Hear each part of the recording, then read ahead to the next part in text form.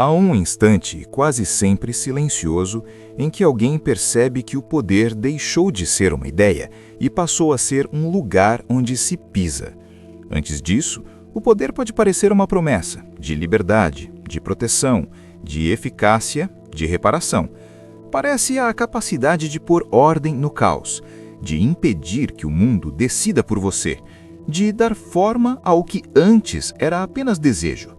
Mas quando o poder chega de fato, quando ele se materializa em decisões que ferem, em ordens que mudam destinos, em acessos que abrem portas e fecham outras, ele cobra um preço que não aparece no contrato. Não é o preço social que todos comentam, não é o preço material que pode ser calculado. É um preço íntimo, uma taxa invisível que incide sobre a mente, sobre o sono, sobre a relação com o próprio espelho. Um imposto cobrado em moeda psicológica. O pensamento maquiavélico, quando deslocado da política formal e trazido para a psicologia humana, não se reduz a si mesmo. Ele descreve um tipo de lucidez que enxerga a vida como ela é, quando interesses colidem, quando recursos são escassos, quando pessoas competem por reconhecimento, segurança e controle. Nessa lucidez existe uma tese incômoda. A ordem humana não se sustenta apenas por bondade, sustenta-se por percepções, medos, vantagens, dependências e pela administração cuidadosa do que os outros acreditam sobre você. O poder, nesse sentido, é menos uma coroa e mais uma engenharia de expectativas.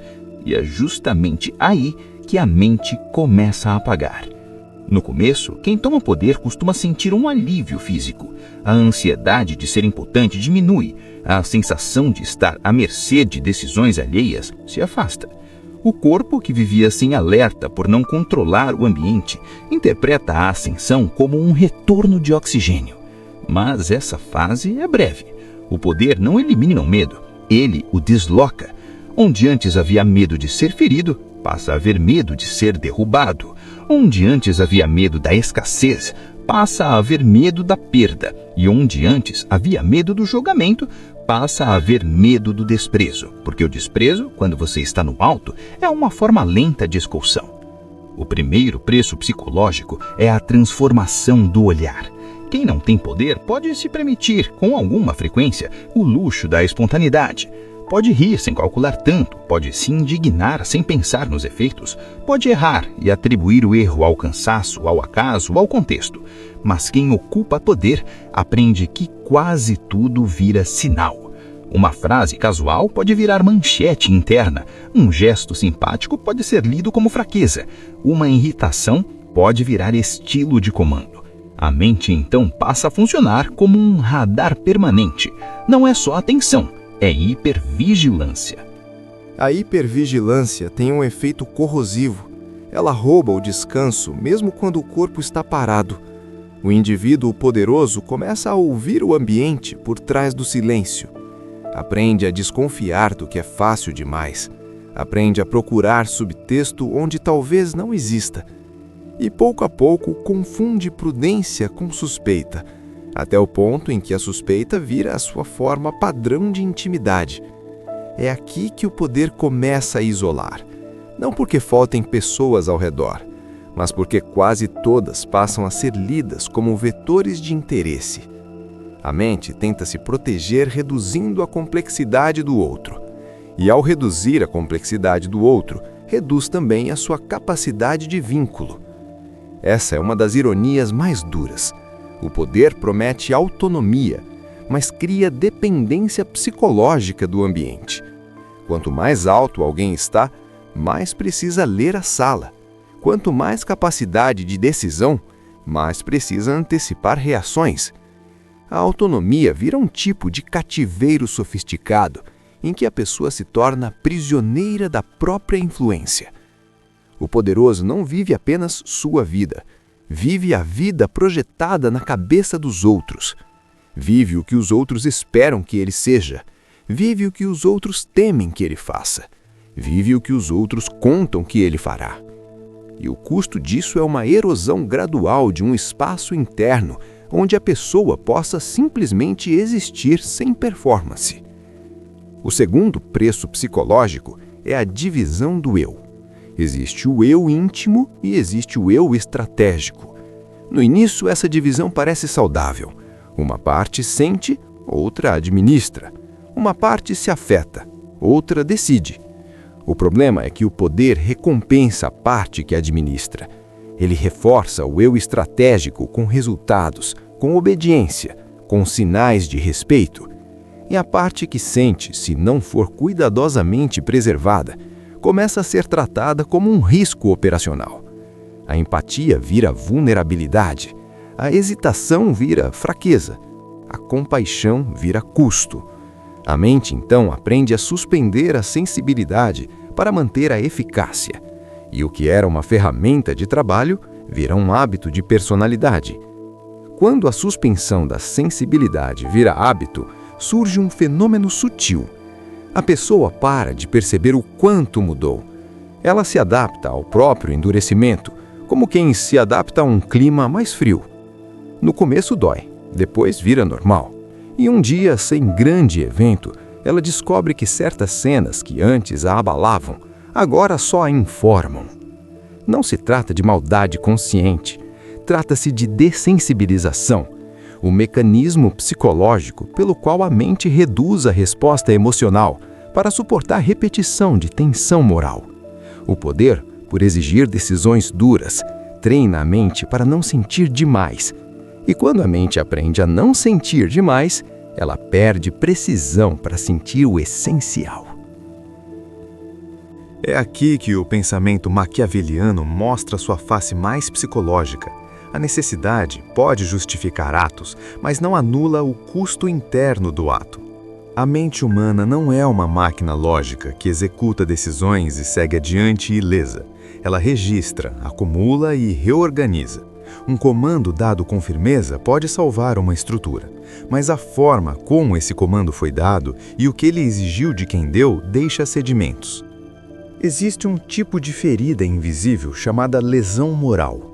Não é culpa comum, não é remorso simples, é a sensação de ter atravessado uma fronteira íntima e, ao atravessá-la, ter perdido algo que não sabe nomear. O poder acelera encontros com essas fronteiras. A terceira cobrança é a relação com a imagem. O poder não vive só no que se é, vive no que se parece ser. A aparência de virtude e a escolha cuidadosa do que se expõe não é apenas uma estratégia social, é uma arquitetura psicológica.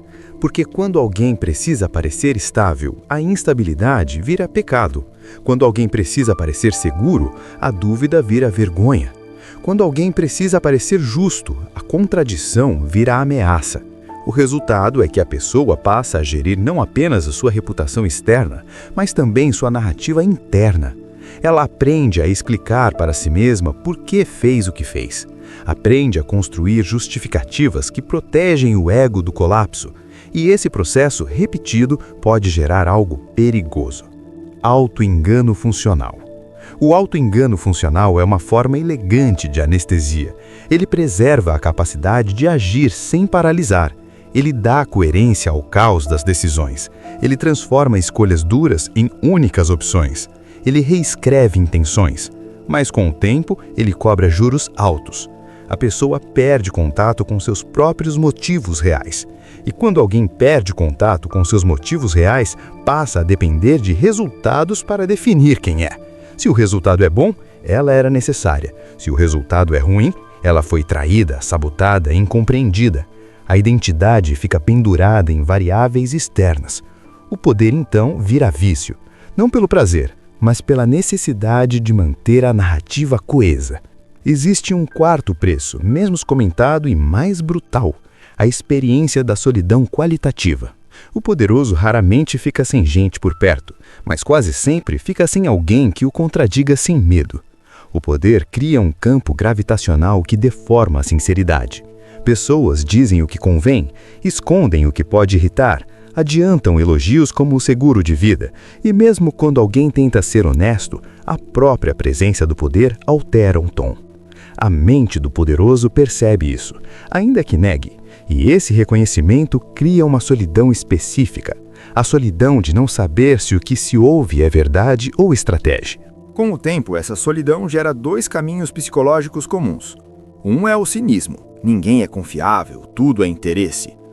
Outro é a idealização seletiva, a busca desesperada por lealdade absoluta, por prova total de devoção, por alguém que seja diferente. Ambos são perigosos. O cinismo corrói vínculos e torna a pessoa incapaz de receber cuidado. A idealização cria dependência emocional e abre espaço para manipulação, e ambos nascem do mesmo ponto: a dificuldade de confiar quando a confiança virou o risco político. Há também um quinto preço: o medo de ser odiado. O pensamento maquiavélico nesse aspecto é quase clínico.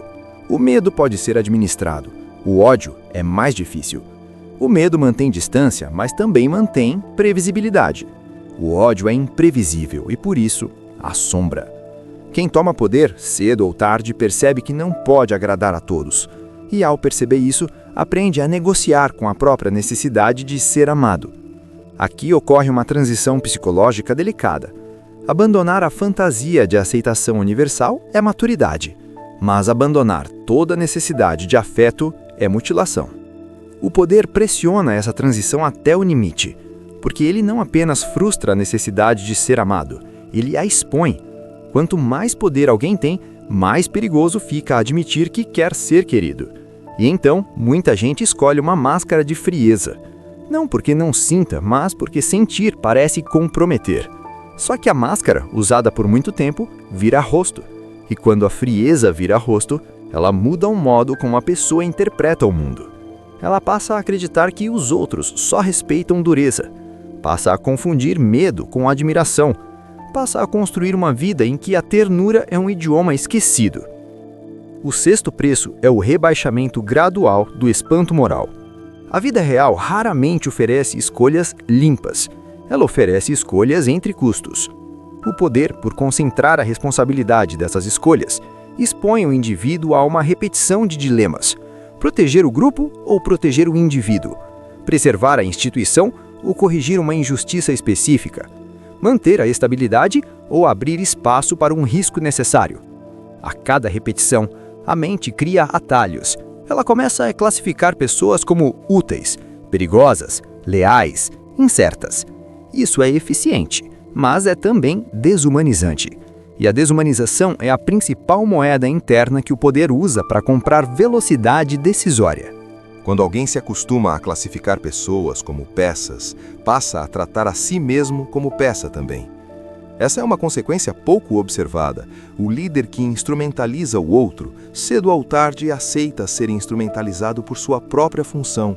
Ele se reduz ao papel, ele vira cargo, missão, imagem. E o que sobrou de humano passa a aparecer apenas em momentos de falha. Um colapso no privado, uma raiva desproporcional, um vazio que não se explica. A mente, quando vive muito tempo como ferramenta, começa a pedir de volta o direito de ser pessoa. E se não encontra esse direito, busca compensações. Compulsões, controle excessivo, rigidez, isolamento ou uma necessidade contínua de vencer para não encarar o silêncio. O sétimo preço é fisiológico e, por isso, ainda mais traiçoeiro. A mente, em estado de comando prolongado, transforma o corpo em extensão da estratégia. O sono vira intervalo tático, a alimentação vira detalhe, o descanso vira culpa. E o corpo, que aceita isso por um tempo, começa a cobrar com juros. Irritabilidade, perda de flexibilidade emocional, redução da tolerância à frustração, sensação de ameaça, mesmo em momentos neutros. O poderoso passa a viver num estado de prontidão que parece normal, porque é constante, mas o que é constante raramente é saudável. A longo prazo, a prontidão deixa de ser escolha e vira condição. E quando a prontidão vira condição, a pessoa começa a confundir paz com vulnerabilidade. Ela estranha dias calmos. Ela sente que algo está faltando quando não há crise. E, sem perceber, pode criar crises para justificar o próprio estado interno. Esse é um ponto sombrio do poder. A mente pode se viciar na intensidade. Pode precisar de tensão para se sentir viva. Pode precisar de conflito para se sentir necessária. E então, a pessoa não governa apenas o ambiente, ela governa para alimentar uma estrutura interna que já não sabe repousar. O 8º preço é o deslocamento do amor para a utilidade. Não se trata apenas de romantismo, trata-se de vínculo humano amplo. O poder ensina a olhar relações como redes, quem abre portas, quem fecha, quem protege, quem ameaça. Essa visão, quando se torna dominante, muda a textura afetiva da vida. O gesto gentil é analisado, a aproximação é avaliada, a amizade é testada, a lealdade é medida. E lentamente, o coração, se ainda podemos usar essa palavra, se torna um departamento de análise. O indivíduo poderoso pode até sentir carinho, mas o carinho vem acompanhado de cálculo, como se a mente não permitisse afeto sem auditoria. Essa auditoria constante gera um efeito paradoxal. A pessoa se torna simultaneamente mais capaz e mais frágil. Mais capaz de conduzir cenários, de ler pessoas, de intervir com precisão. E mais frágil, porque perde o acesso a relações simples, onde não seja necessário ser alguém específico. A fragilidade aparece quando, por algum motivo, o poder oscila, quando a cadeira range, quando a influência diminui, quando o respeito se torna menos automático. O que deveria ser apenas mudança externa vira terremoto interno, porque a pessoa percebe que a vida íntima foi construída em torno do poder como eixo, e quando o eixo ameaça, tudo ameaça. Há um 9º preço que raramente é admitido: o prazer ambíguo. O poder dá uma sensação de agência que pode ser intoxicante. Não necessariamente o prazer de dominar, mas o prazer de fazer o mundo responder. Esse prazer, por ser real, gera vergonha em pessoas que se consideram morais, e a vergonha empurra o prazer para o subterrâneo, onde ele cresce sem controle consciente. A pessoa passa a negar que gosta, mas age como quem precisa. E a negação é uma forma de cegueira. Ela impede que o indivíduo reconheça seus próprios impulsos e, portanto, os regule. Quando esse prazer não é reconhecido, ele pode se deformar em crueldade disfarçada de eficiência. A pessoa começa a testar limites apenas para sentir o retorno do poder. Começa a usar a dureza como prova de comando. Começa a humilhar pelo bem do grupo. E, ao mesmo tempo, mantém para si a narrativa de necessidade. Esse é o ponto em que o pensamento maquiavélico pode ser mal interpretado, como se ele autorizasse a brutalidade.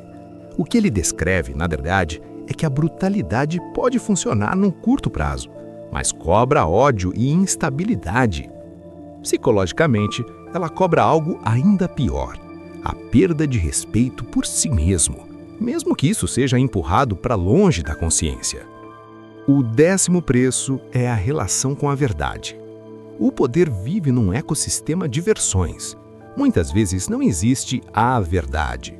Existe o que é verificável, o que é útil, o que é aceitável, o que é perigoso. Quem toma poder aprende a dosar informação. Aprende a esconder para preservar a ordem. Aprende a revelar para produzir efeito.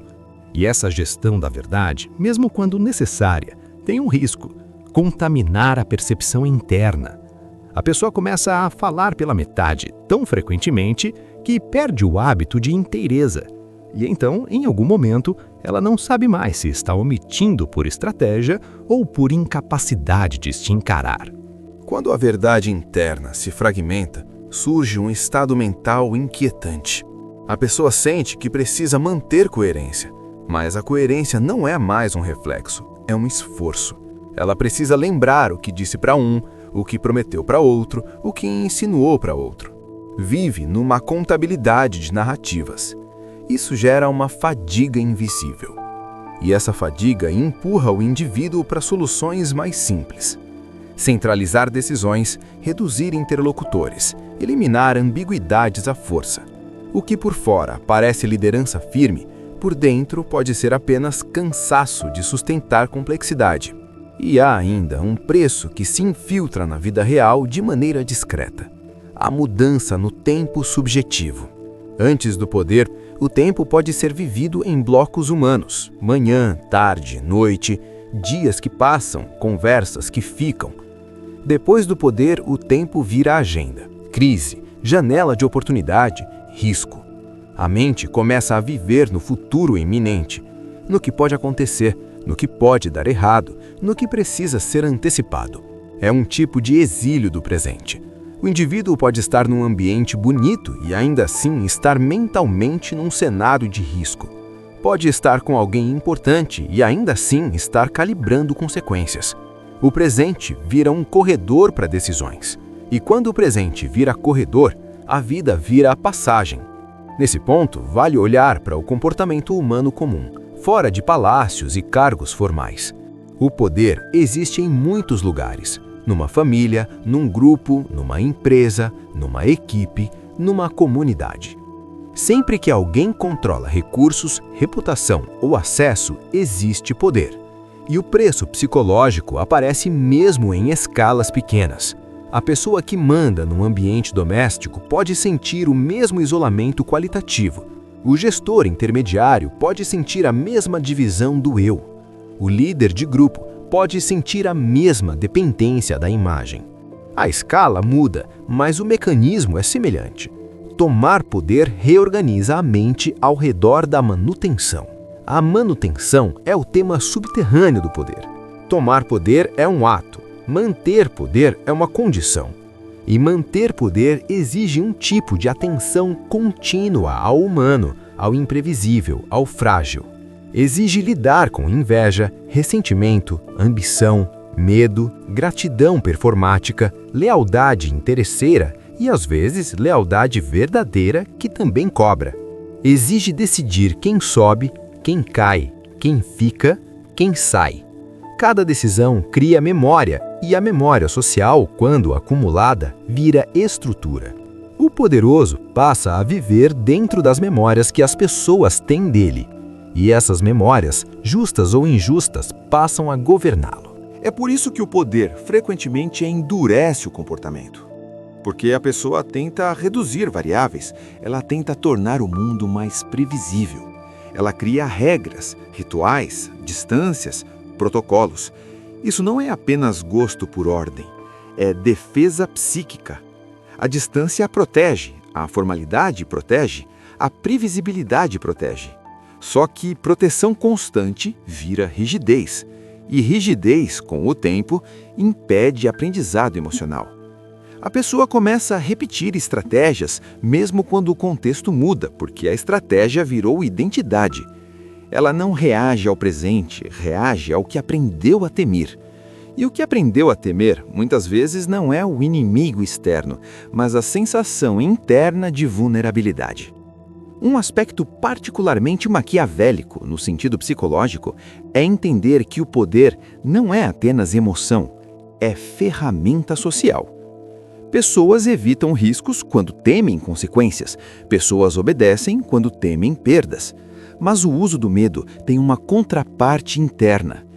Quem administra o medo dos outros precisa administrar o próprio medo de perder controle.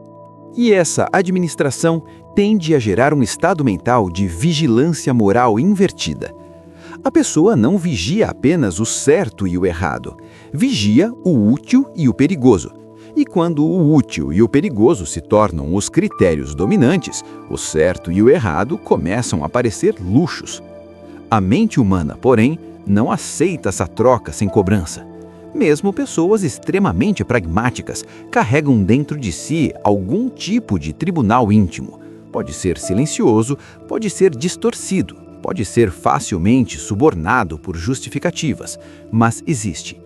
E quanto mais alguém age contra a própria imagem de si, mais precisa justificar. A justificativa pode assumir forma de missão, é pelo bem maior. Pode assumir forma de desprezo, eles não entenderiam. Pode assumir forma de inevitabilidade, não havia escolha. Essas frases não são apenas discursos externos, elas se tornam mantras internos para manter o eu unido. Mas há um risco. Quando alguém repete por tempo demais que não havia escolha, passa a perder a capacidade de ver escolhas. A mente cria um corredor estreito e dentro dele tudo parece inevitável. Essa é uma prisão psicológica construída com lógica. E o poder reforça essa prisão, porque recompensa a ação rápida, a decisão firme, a ausência de hesitação. A pessoa começa a se orgulhar de não sentir dúvida. Só que a dúvida, em muitas situações humanas, é sinal de contato com complexidade moral. Quando a dúvida desaparece por completo, pode não ser maturidade, pode ser desumanização. Existe também o preço da teatralidade. O poder precisa de símbolos, precisa de gestos que comuniquem, precisa de presença, precisa de uma certa dramaturgia. Mesmo pessoas discretas, ao tomar poder, percebem que o ambiente lê sinais e precisa deles. E então a pessoa aprende a atuar. No começo, a atuação é consciente. Postura, voz, controle de expressão. Depois, a atuação vira reflexo. E quando vira reflexo, ela invade áreas que deveriam ser privadas.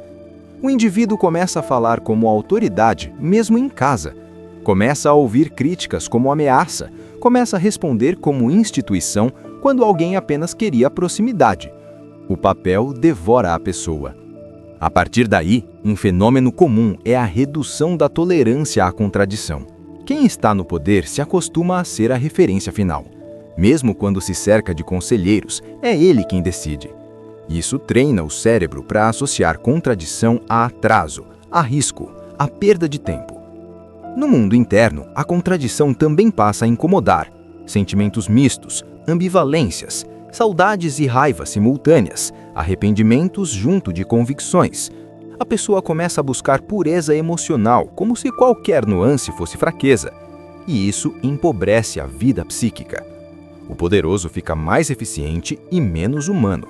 E quanto menos humano, menos ele entende as pessoas que lidera, porque as pessoas continuam sendo ambivalentes. Outro custo silencioso é a transformação do fracasso em ameaça existencial.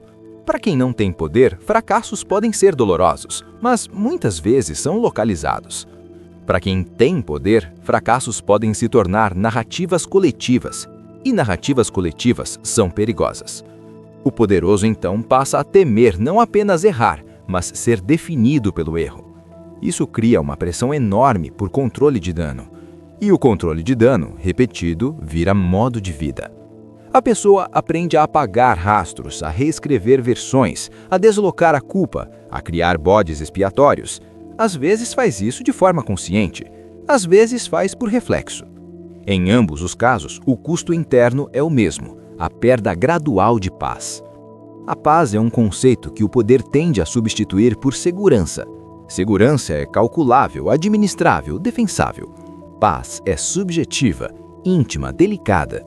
A pessoa poderosa pode estar segura e ainda assim não ter paz. Pode ter equipe, estrutura, recursos e ainda assim sentir um ruído constante por dentro. Esse ruído é o som do sistema nervoso acostumado a operar em alerta e também é o som da consciência tentando processar o que foi feito em nome do necessário. Há, contudo, uma nuance importante e raramente dita.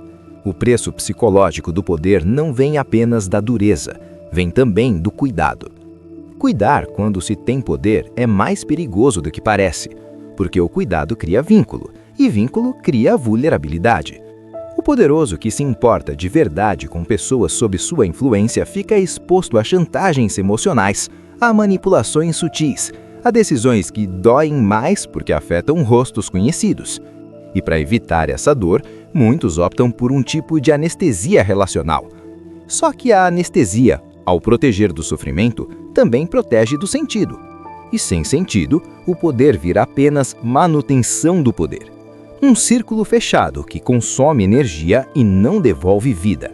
Em termos de comportamento, o poder também altera a percepção de risco. Curiosamente, ele pode aumentar e diminuir ao mesmo tempo.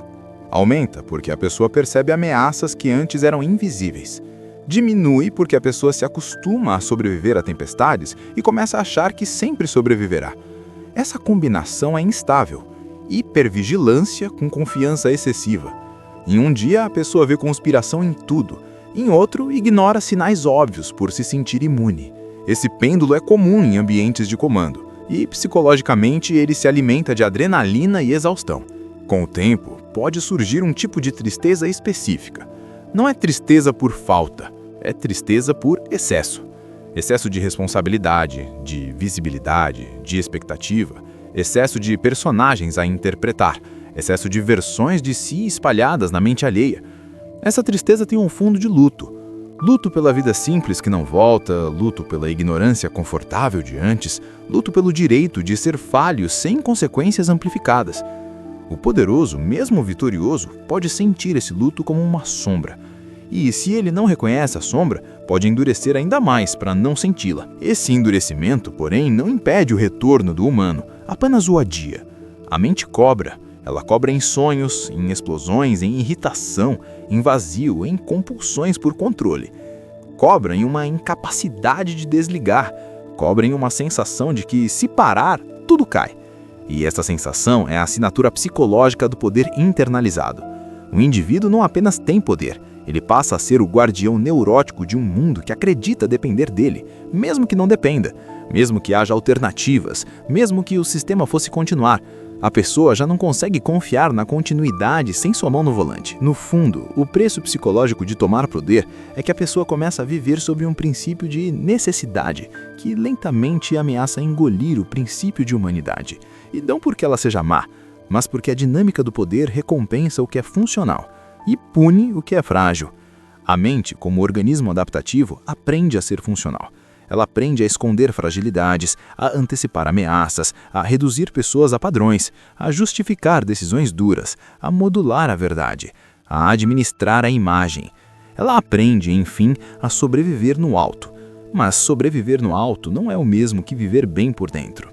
Há um ponto final que não é conclusão triunfante, apenas silêncio analítico, em que fica claro que o poder não é apenas algo que se exerce sobre os outros, é algo que se exerce sobre si mesmo. É um regime interno, um modo de pensar, uma postura diante do mundo. E todo regime interno tem seu custo.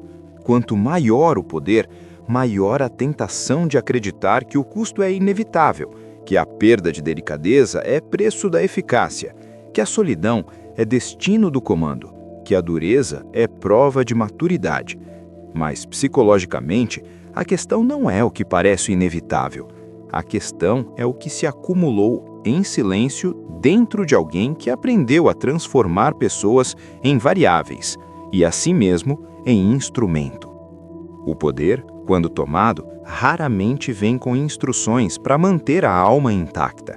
Ele vem com urgência, vem com expectativas, vem com riscos, vem com a sedução de resolver. E é por isso que o preço psicológico quase sempre é pago aos poucos, em parcelas que parecem pequenas. Uma noite mal dormida que vira padrão, uma desconfiança que vira hábito, uma dureza que vira estilo, uma omissão que vira linguagem, uma justificativa que vira crença. Até que um dia o indivíduo percebe que domina o cenário, mas não domina mais a própria paz. E essa percepção, quando chega, não grita, ela fala baixo. Ela chega como uma frase interna sem dramatização. Eu consegui, e algo em mim ficou pelo caminho. E então, o poder, que parecia vitória, revela sua natureza mais íntima. Ele é uma força que reorganiza o mundo externo e, ao mesmo tempo, rearranja o mundo interno. Ele dá, ele cobra. Ele abre, ele fecha. Ele protege, ele expõe. Ele eleva, ele endurece.